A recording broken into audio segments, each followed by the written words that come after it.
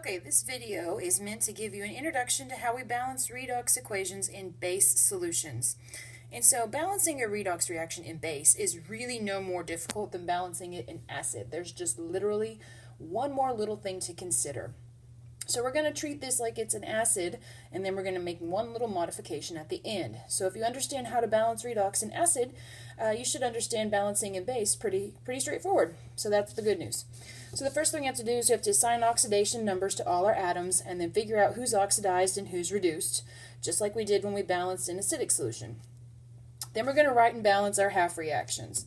So first thing we want to do is balance for all of our atoms first with coefficients, right? So if you need to multiply by a coefficient of 2 or whatever.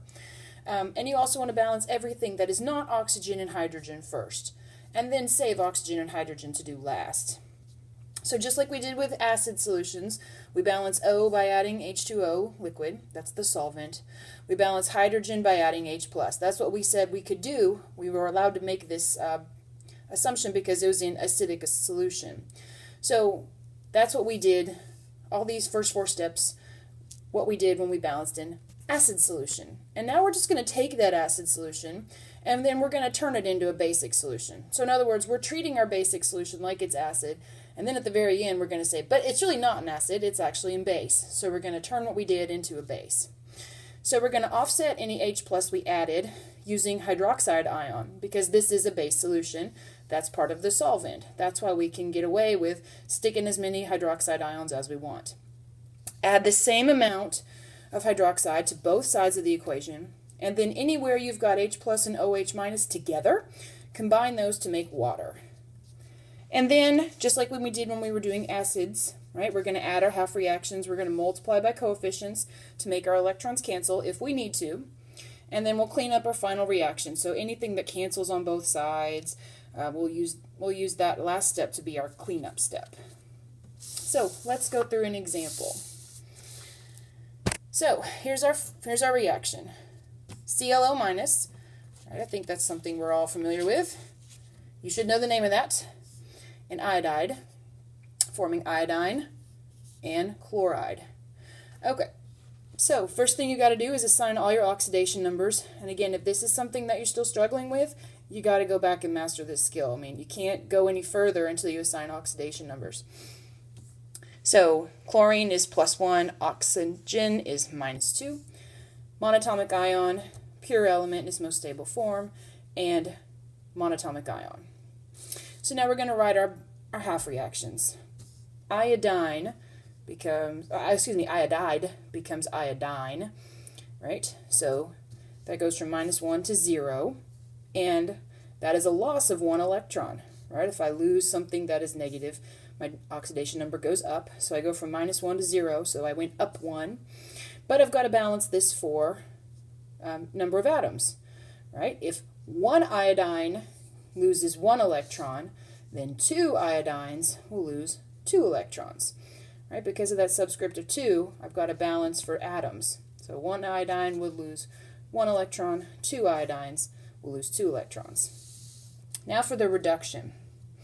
So we've got the chlorine going from +1 to -1. That's a gain of 2 electrons, right? You gain 1, that gets you to 0. You gain another, that gets you to -1.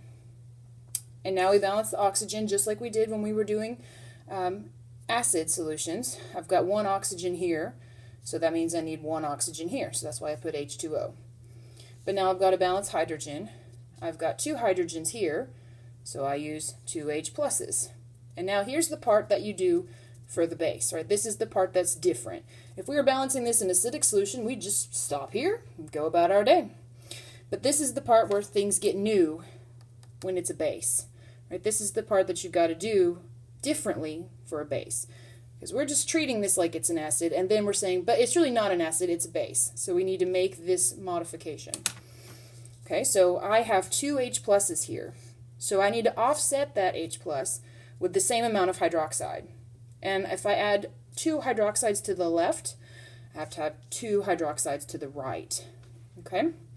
And now I combine my hydroxides and my H+'s to make water, 2H+, 2OH-. That turns into 2H2O. And I already had an H2O over here. if you've got the same substance on both sides, that cancels, right? So I just subtract this one from this one. So this coefficient is now 1, and this H2O is now gone. Now that's a fully balanced reduction half reaction. And if we'd had to deal with some of that stuff up here, we would have done that as well. But there were no oxygens and hydrogens involved in the oxidation, so we got lucky there. And now we just add. I don't need to multiply by anything because the number of electrons is 2 on both sides. So if, for instance, this had been 2 and this had been 3, I would have multiplied this by 3 and this by 2 so that they'd cancel. But since they're both 2, don't have to do anything, just add them straight up. And then if I had anything that appeared on both sides, this would be the place where I cleaned up. But I don't have any worries there because when I add up, I'm not left with anything that needs to be cleaned up. So there's my final balanced redox reaction. And again, this is occurring in basic solution, and that's how we can tell that. I hope this helps, and I'll see you in class.